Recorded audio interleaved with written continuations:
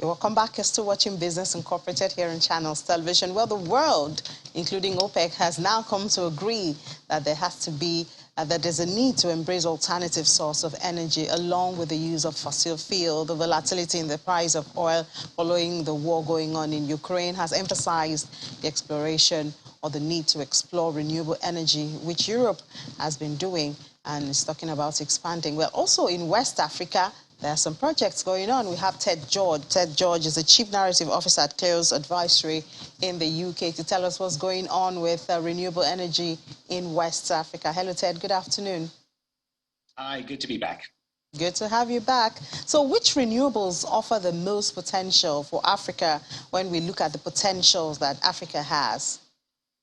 Well, I think always top of the agenda has been hydroelectric. And you can imagine there's a lot of hydropower stations in West Africa. I think of in Nigeria. You also think on the Congo River. But one of the big issues there is if you don't have industry right next to it using it, you need to transmit that power. And that can be very difficult if it's thousands of miles. And also, you've got to think about some of the impacts socially. If you think about the GERD, the Grand Ethiopia Renaissance Dam, that's causing huge tensions between Ethiopia, South Sudan, and Egypt, which depend on the flows that come from the Nile. So it's complicated. But for me, the obvious one is solar. Not only is there a huge amount of solar resources all across Africa, but it's not just about the big scale thing. It's about distributed power. People having solar units in their houses, let's say in remote or rural areas, and that means they can power their phones, they can power the internet, they can power lighting, their refrigerators, etc. There's a huge opportunity here with solar, and I think that's the really key one which is being pushed out across Africa.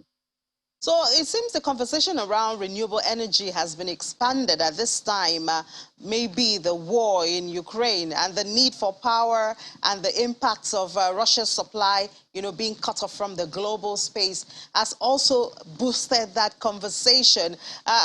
Do you think that one of the lessons from the war would be people embracing renewable energy more? Absolutely. And I think this is the thing. When we see the oil price shoot up to $100 or higher, as it's been in recent weeks, it suddenly changes the economics. 10 years ago, solar and wind were much more expensive than oil and gas. Just before COVID, they were almost exactly the same price in terms of the amount of cost to generate per kilowatt. But the fact is, if you bear in mind how much gas and oil prices have gone up, it's cheaper solar power now as well. So there is on one side, there's a clear economic incentive, but the other one is strategic, as you said. No one can steal your solar. Nobody can cut off the wind to you, but they can cut off gas. And that is what Europe is terrified about at the moment. So I think this whole idea of resource independence is actually pushing renewables much higher up the agenda.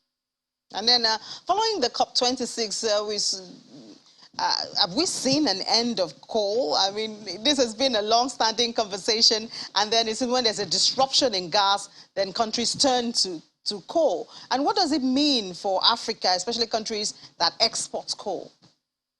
Yeah, well, I mean, I think time is definitely up for coal, but it's not immediate. I mean, so much of power and industry is produced from coal, but coal is by far the dirtiest. To get it out of the ground is the worst, and the amount of emissions it does, not just of carbon dioxide, but carbon monoxide and other pollutants is terrible. So it is not a good source of fuel, but we're going to depend on it for a long time to come. So there's a transition underway here. And I think the thing is that the traditional ways that coal is used and burned cannot continue. But in the future, there's all these other new technologies out there. It's a resource that could be used in another way. So I think certainly for the big exporters, if you particularly look in Southern Africa, so many of the coal fields there, the long-term business model is going to have to change because we can't keep on burning coal the way we were before.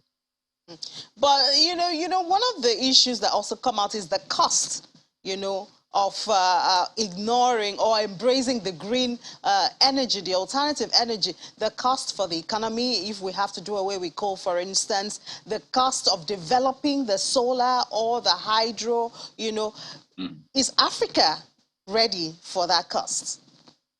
Well, absolutely, because I think so much of it, if you look at it, partly it's got to be led by governments who basically want the projects to go ahead. But so many of the big solar and the wind projects around the world, which make up the majority of them, are actually primarily funded by private investors. It might be asset managers, it might be private equity, even venture capital as well. The expertise is out there, the technology is out there. And remember, there's a lot of wind in the world, there's a lot of sun.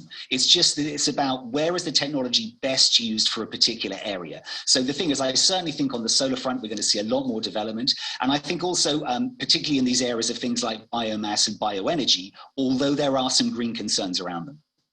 Well, just before we let you go, how green are these renewables actually? Well, I think the bottom line is, look, some of them are very green. If you've already factored in the cost for example, producing wind turbines or let's say producing PV solar cells, the actual power they produce is almost totally green. But if you take something like biomass, burning charcoal, if you're talking about making biofuels, that's when there's a real question about the CO2 coming out. So I think the real thing is read the small print and check the kind of green credentials you have, because not all of them are green. Yeah, read the small print. Thank you so much, Ted George, Chief Narrative Officer at Chaos Advisory in the United Kingdom. Thank you so much for sharing your thoughts with us. Cool. See you next time.